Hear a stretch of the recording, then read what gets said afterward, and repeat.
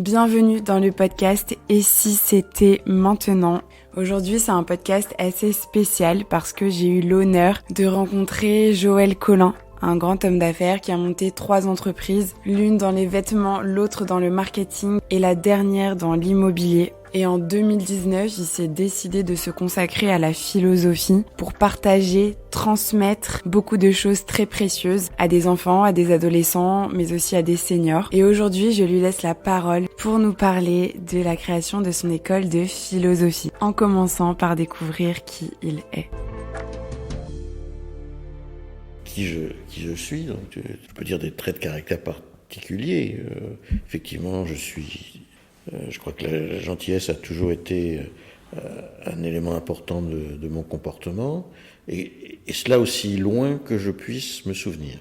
Et alors je voulais te raconter cette histoire qui m'est arrivée, et qui est certainement un de mes premiers souvenirs. Tu sais, on oublie tout ce qui précède les 6, 7 ans, 8 ans. Longtemps après, on a oublié. Et donc, j'ai pas beaucoup de souvenirs de mon enfance. C'est forcément des éléments forts dont je me souviens, des éléments qui m'ont marqué. Et je me souviendrai toujours, quand j'étais en maternelle ou vraiment en petite primaire, mais vraiment les premières classes, quoi. Ma mère avait été convoquée à l'école où j'allais à l'époque, et je me souviendrai toujours de cette phrase. C'est incroyable. Je lui dis, je devais avoir peut-être 6 ans, quelque chose comme ça. La maîtresse d'école a dit, oui, il est très intelligent. Et alors je sais que d'ailleurs c'est resté une plaisanterie dans la famille, intelligent mais lent. Et surtout, il doit s'endurcir. Et ça, il doit s'endurcir, c'est mot à mot ce que j'ai entendu. Je ne crois pas que je l'ai déformé, parce que c'est réellement ce qui est resté en moi, si tu veux. Alors, d'un côté, il y avait intelligent mais lent, ce qui était tout de même une qualité. Et lent, c'est vrai que je l'étais, donc ça ne m'a pas vexé du tout. Par contre, il faut qu'il s'endurcisse. Comment on dit ça d'un enfant? Il faut qu'il s'endurcisse. Qu'est-ce que ça voulait dire? Et nombreuses années après, je me pose toujours la question, mais qu'est-ce qu'elle a voulu dire, cette andouille, de dire ça d'un enfant?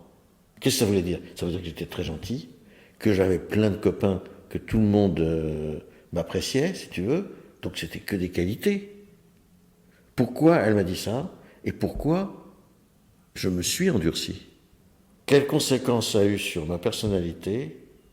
Est certainement énorme, parce que c'est un souvenir où je sais que ça m'a choqué. En tant qu'enfant, ça m'a choqué, et que j'ai tout de même pris des mesures pour essayer de m'endurcir. C'est-à-dire devenir moins gentil. Ce qui était ridicule. Mais ça a été ma réaction, qui était logique, puisque c'est ce que la maîtresse m'indiquait qu'il fallait que je fasse. Tu vois? Donc, t'as un élément de réponse, si tu veux. Et voilà, c'est la première chose. La deuxième réflexion que je me fais par rapport à ta question, on n'est pas toujours cohérent avec l'image que l'on donne. Je crois qu'il y a une transformation qui n'est pas cohérente. C'est-à-dire que, pour ce qui me concerne, moi je sais que dans ma tête, je suis resté, je dis à l'âge de 30 ans, enfin jeune en tout cas, ce que je suis n'est pas forcément, ne peut pas se résumer à quelques mots comme gentil, effectivement, juste. La justice pour moi est une notion super fondamentale. La gentillesse aussi, c'est-à-dire la gentillesse, l'empathie, la bienveillance, je dirais, enfin le souci de l'autre, si tu veux, mais le souci de l'autre juste. Parce que le souci de l'autre, c'est le souci pondéré de l'autre, pondéré par ce qui est bien, ce qui est pas bien. C'est cet équilibre du besoin de connaissance, et notamment un désir de connaissance de l'autre. Ceci dit, là aussi, il y a un équilibre à trouver. Et là, on rentre vraiment dans ce qui me préoccupe en permanence. On a un temps limité, un temps de vie limité, on a un temps de travail limité, on a un temps de loisirs limité, etc., etc. Donc, comment comprendre son désir réel? Vraiment arriver à se limiter, peut-être, du manque de temps, parce que le temps c'est une dimension fondamentale de la vie. On sait qu'on est tous mortels, on sait que la durée de vie normale, mais pas la durée effective, puisque on ne sait pas, chacun son sort, chacun sa destinée. Donc le temps c'est très important. Et le temps, pour revenir à ce que je voulais dire, le temps modifie aussi artificiellement. Ce que je veux dire par là, par exemple, c'est que quand tu es en vacances, tu pars en vacances, on part rarement 3-4 mois en vacances, on part, disons, 15 jours en vacances, eh bien, les premiers jours sont très longs et très agréables, tu en profites pleinement. Après, tu commences à avoir une notion du temps. Tu te dis, oh là là, dans 3 jours, je vais rentrer, je vais reprendre tous mes soucis et tout ça. Et donc, le temps n'est plus le même. Il passe beaucoup plus vite. Il passe trop vite. Et la vie, c'est la même chose, j'ai l'impression. C'est qu'au début, tu as toute ta vie devant toi. Donc, le temps n'a pas la même valeur, en ressenti, hein, parce que sinon c'est pas vrai, mais en ressenti n'a pas la même valeur, et puis quand tu vois que le temps est plus court, enfin le temps qui te reste, le sablier est plus renversé, et ben tu te dis, le temps il est très court, il passe très vite. Alors la question derrière ça, dans qui tu es, c'est comment tu vis une vie de jeune, et une vie, moi j'aime bien dire de senior. Le temps a une action sur ce que l'on est qui est énorme. Qui est énorme. Il n'y a pas seulement l'évolution des connaissances, l'évolution de la connaissance de nous-mêmes, l'évolution du savoir, etc. Il y a le ressenti, et le temps est un élément de ressenti. C'est évident que dans un premier temps, tu es dans une phase de découverte du monde. Quand tu penses à un bébé, ce qui comptait, c'était de découvrir le monde. Découvrir le monde, c'était d'apprendre les choses fondamentales. En fonction des âges, on sait que l'apprentissage est différent. Au début, on apprend à marcher, on apprend sa langue dite maternelle, et on apprend les choses fondamentales du bébé qui apprend. On en a parlé à propos des neurosciences, où on sait vraiment déterminer comment le cerveau évolue en fonction de ce qu'on apprend. Donc tout est lié en fait. Donc, et la notion de temps, à ce moment-là, est infinie, parce que l'enfant qui naît, il ne sait pas ce que c'est que le temps. Il n'avait aucune conscience, et puis tout d'un coup, il a une conscience. Et il arrive dans un monde que, par définition, il ne connaît pas. Donc il est totalement surpris, et le temps peut être très long. C'est un peu pour ça qu'il se met à pleurer, parce qu'il a mal au ventre, ou parce que, peu importe tout ce qui peut lui passer par la tête, il a peur, il y a le noir, il y a la séparation, il a besoin du contact humain avec sa mère, avec son père éventuellement un peu moins, mais aussi, etc. Donc, premier aspect, tu découvres tout. Tu ouvres les yeux au monde. Et tu ouvres tes poumons à l'air qui va te pénétrer. Donc c'est vraiment une révolution, quoi. C'est un chamboulement terrible. Alors ensuite, effectivement, tu grandis, tu finis par aller en maternelle ou à l'école primaire, etc. Tu apprends plein de choses, et puis tu continues à apprendre, etc.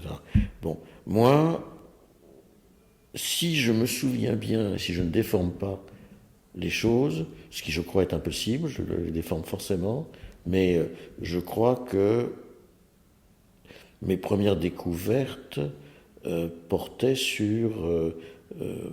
j'étais un enfant qui avait envie de jouer tout le temps, qui avait envie d'avoir des copains, et tout ça. Ça, c'est vraiment ce que je me souviens, avec un regard forcément faussé des années. Mais voilà, donc au début... j'étais très curieux. C'est pour ça que cette maîtresse avait dit intelligent mais lent, parce que j'étais très curieux, mais je prenais mon temps, je voulais profiter de la vie. Donc ça, c'est la première image que j'ai de moi. Ensuite, l'école est devenue d'un endroit de rencontre et de plaisir, c'est devenu une contrainte. Il s'agit d'avoir un bon carnet de notes. Et là, effectivement, il y avait certainement une problématique entre le désir d'avoir des amis et de m'amuser et de m'intéresser à ce qui m'intéresse, exclusivement à ce qui m'intéressait. Par exemple, j'ai une écriture absolument catastrophique. Dans les écoles primaires, c'est important la belle écriture.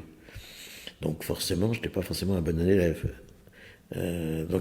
Voilà, ça c'est des souvenirs que j'ai quand je remonte le plus loin possible de cette difficulté et des engueulades que j'avais parce que je ramenais toujours des carnets de notes catastrophiques.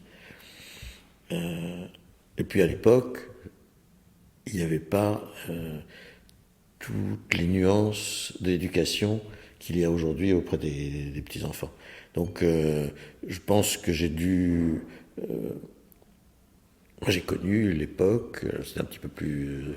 c'est toujours en école primaire, où tu répondais mal à une question, la maîtresse te filait un coup de règle sur les doigts.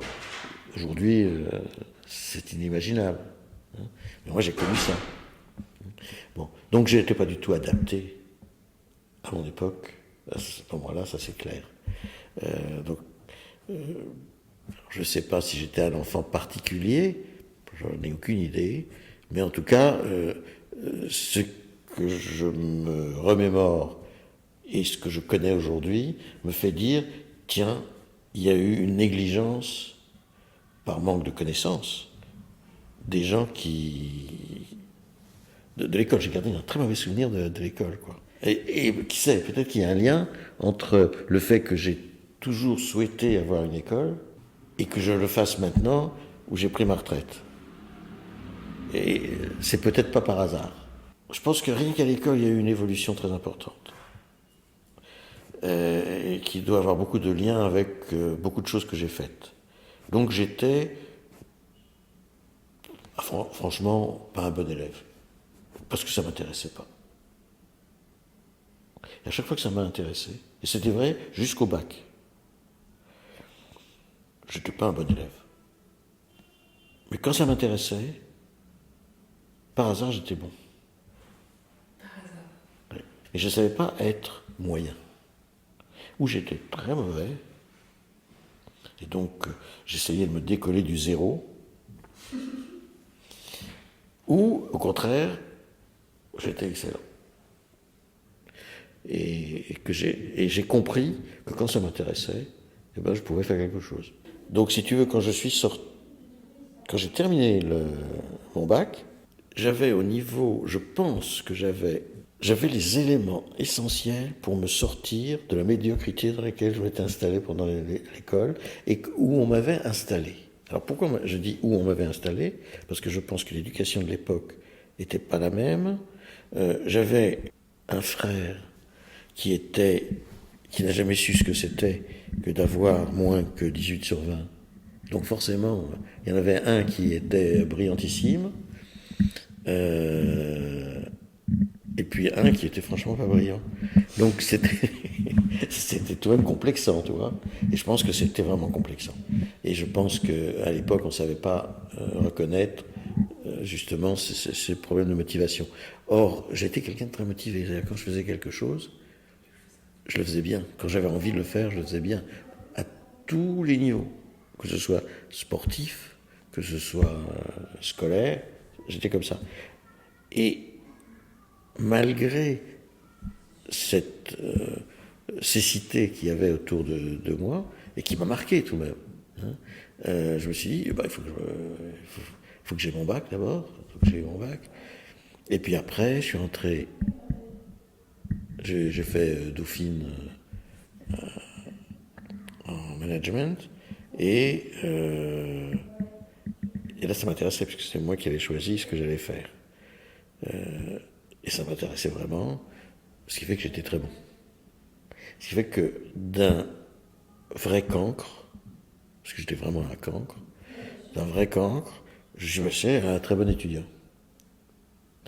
Donc ça, c'est une analyse factuelle, si tu veux, mais au-delà des faits, et de cette auto-analyse que je fais un petit peu sur mon évolution au démarrage, tout ça me façonne un tout petit peu pour comprendre ce qu'aujourd'hui tout le monde comprend, je crois, c'est qu'il n'y a pas une éducation. L'éducation, c'est pas la connaissance. L'éducation, c'est d'arriver à faire comprendre à l'enfant qui il est et quelles sont les forces qui vont lui permettre de se révéler. Tu vois ? Et moi, je suis persuadé que dans la difficulté dans laquelle j'ai passé ma scolarité, si tu veux, du début jusqu'à la fin, j'avais tout de même une clairvoyance, c'est que j'avais des désirs de faire des choses. Et en ayant des désirs de faire des choses, j'ai créé des volontés de faire des choses. Et c'est à la base de ce que j'essaie d'enseigner aujourd'hui. D'abord, le principe de l'école, c'est de faire de la philosophie. C'est une école de philosophie, mais c'est une école de philosophie comme art de vivre. Donc c'est vraiment une partie orientée de la philosophie comme art de vivre et comme pratique. C'est-à-dire que l'on pratique la philosophie. On ne fait pas de la philosophie uniquement pour faire des réflexions sur tous les sujets. On fait de la philosophie pour savoir mener sa vie et pouvoir réussir sa vie. Et je dirais même réussir dans la vie et réussir sa vie. C'est-à-dire que l'essentiel, c'est réussir sa vie, mais c'est aussi réussir dans la vie, c'est-à-dire réussir en fonction, réussir donc professionnellement, mais réussir en fait dans la réalisation de quelque chose. Donc moi je dis toujours que le bonheur, il se conjugue à partir de 3 verbes. Avoir, être et faire. Avoir, c'est le besoin de répondre à ses besoins et à ses envies et ses plaisirs. Et on sait très bien tous qu'il n'y a pas de limite à nos désirs et non pas à nos désirs, à nos plaisirs, à nos envies. Après, on va distinguer plaisir, envie. Mais on est insatiable. Moi, par exemple, j'aime beaucoup le chocolat.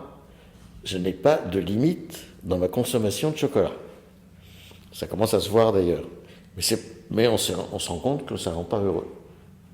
Et puis en plus, on peut avoir un plaisir, par exemple, de manger du chocolat, mais en même temps, on sait très bien que ça fait grossir, si on exagère. Donc, un plaisir devient un déplaisir, donc un élément qui a priori est favorable, est voulu.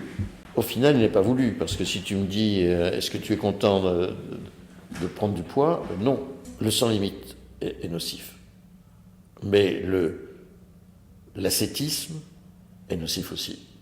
Donc, il est nécessaire d'avoir du plaisir, il est nécessaire de rechercher les plaisirs, de toutes sortes qu'ils soient. Et là j'aimerais te donner une pensée qui vient du philosophe que je préfère, qui est Spinoza. Il a dit, on ne désire pas les choses parce qu'elles sont belles, mais c'est parce qu'on les désire qu'elles sont belles. Et là, je pense que c'est une des pensées fondamentales de Spinoza, qui est à la base, pas seulement de l'art, mais qui est surtout à la base de la morale, de l'éthique. C'est parce qu'on désire qu'une chose est belle, ou c'est parce qu'on désire que l'on désigne la chose comme bonne. Elle ne se développe, elle ne s'explique, la morale des humains ne s'explique que par le désir. Il n'y a pas cette notion de bien et de mal intrinsèque. C'est une notion relative à l'humain. Et donc Spinoza va montrer que tout revient à la phrase fondamentale de Socrate, qui est connais-toi toi-même et deviens qui tu es. C'est vrai pour beaucoup de choses, mais c'est notamment vrai pour le sens de la morale. Donc à partir de 2-3 phrases comme ça, il n'y en a pas beaucoup, on reconstruit tout un monde, qui est notre monde. Avoir est indispensable, l'excès est nuisible, et Avoir, mais quoi? Donc, il y a cette autre notion qui est la notion de sélection, de qu'est-ce qu'on aime vraiment, essentiellement. Donc on devrait pouvoir se poser la question, si on veut se connaître soi-même, de toujours se répéter la même question, et une seule question. Qu'est-ce que tu veux vraiment? Qu'est-ce que tu aimes vraiment? Donc, au plus profond de toi-même, tu dis que tu désires ça, que tu veux ça, mais est-ce que c'est vrai? Et là, on pourrait arriver au coaching en disant, mais en réalité, le coaching, c'est seulement cette question-là. J'exagère un peu, mais ça en fait partie. Oui. Parce que si tu poses la question, mais qu'est-ce que tu veux vraiment? Tu peux guérir, par exemple, des addictions. Il y a toujours un moment où on se rend compte que qu'est-ce qui est le plus important? Le avoir fait référence au plaisir, au besoin. Dans l'action, si tu veux, la pensée, la définition de Spinoza sur l'amour et la base de la pensée de Jean-Paul Sartre, qui est l'existence précède l'essence. Donc on n'est que ce qu'on a réalisé dans la vie, ce que l'on a fait. Et faire, c'est pas seulement professionnel, bien évidemment, c'est professionnel, mais ça peut être relationnel, du bénévolat, peu importe, ce qu'on a fait de sa vie. Donc tu te définis en fonction de ce que tu fais de ta vie, que tu réussis ou que tu échoues. Mais le bonheur, il va être dans le fait de réussir. Et c'est quoi réussir? C'est être en adéquation avec ce qu'on est au plus profond de soi. Donc, je pense que la pensée la plus fondamentale de la philosophie, elle date des origines de la philosophie, et du créateur de ce qui est, enfin de celui qui est considéré comme le créateur de la philosophie, c'est-à-dire Socrate. Et sa phrase fondamentale, c'est « Connais-toi toi-même et deviens qui tu es ». Et dans cette phrase, tout est dit sur le bonheur, sur l'essence même de l'homme. Se connaître soi-même, c'est la base pour être heureux et pour réussir sa vie. Et je dirais même réussir dans la vie. C'est-à-dire aussi bien réussir sa vie amoureuse, sa vie relationnelle, sa vie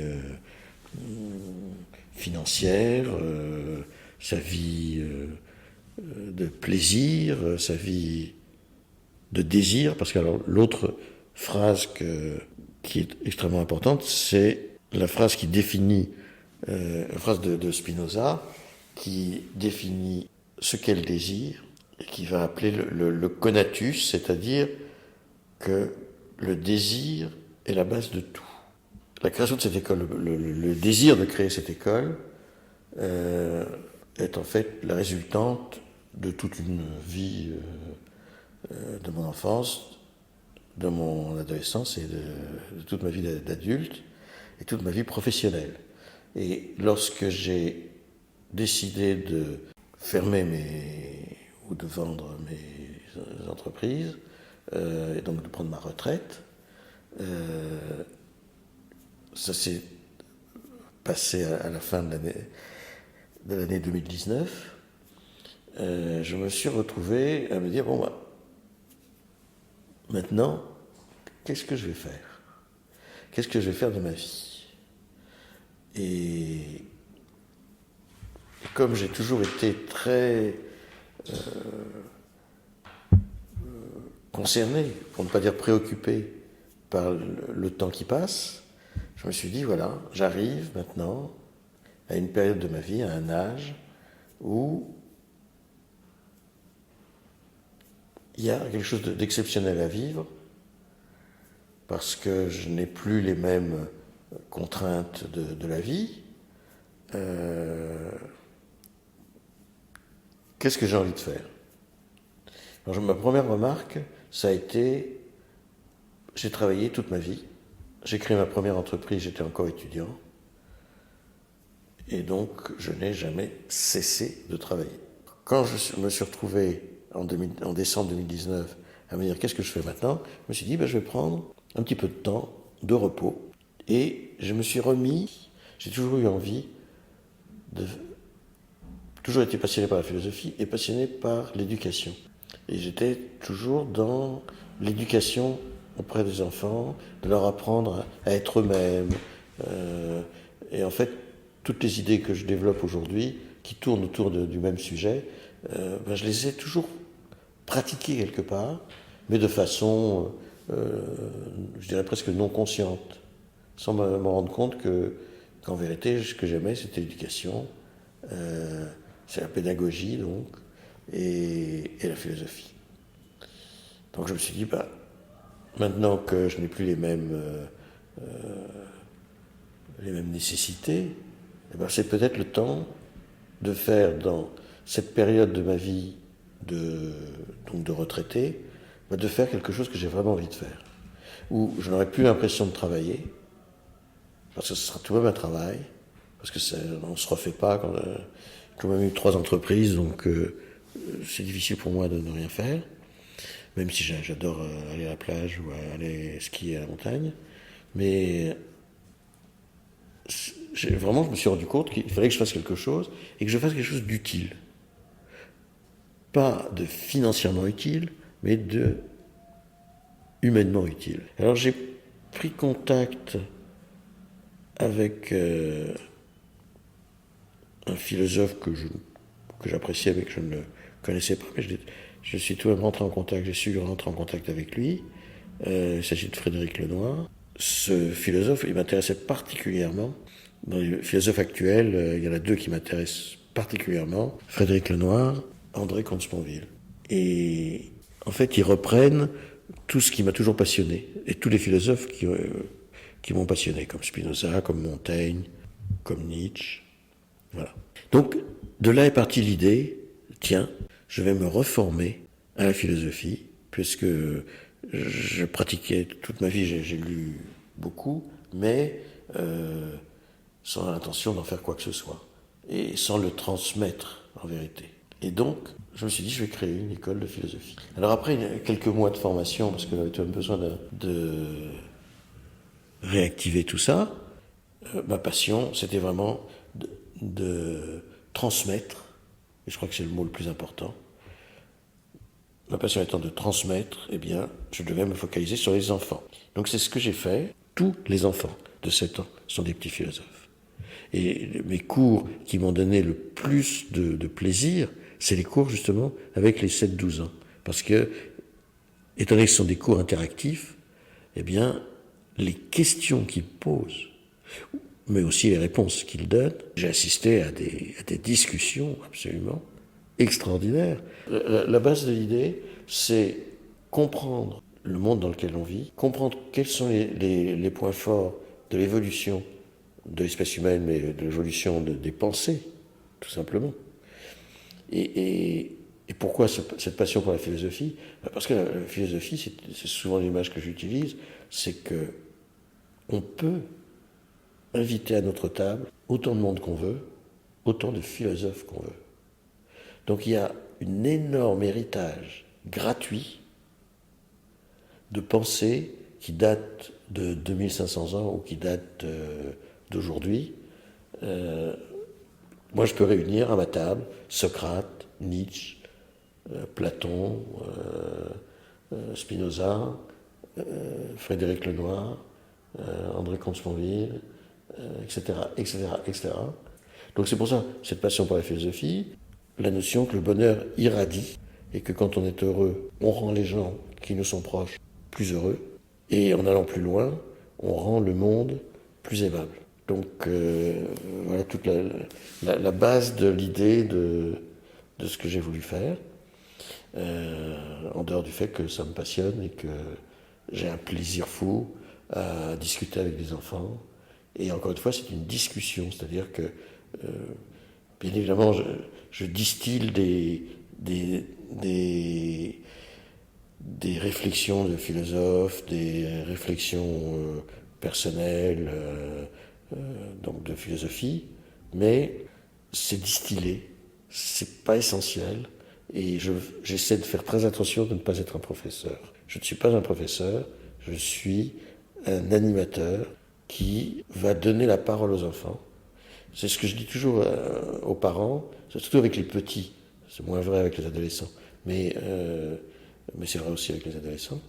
Il n'y a pas un enfant qui ne participe pas, quelle que soit sa timidité, quelle que soit ses problèmes ou ses traumatismes. Il n'y a pas un enfant qui ne participe pas. Si ce n'est pas au premier atelier, là ça peut être le cas, je dis toujours maximum, laissez-moi 3 ateliers et vous verrez qu'il sera très bavard.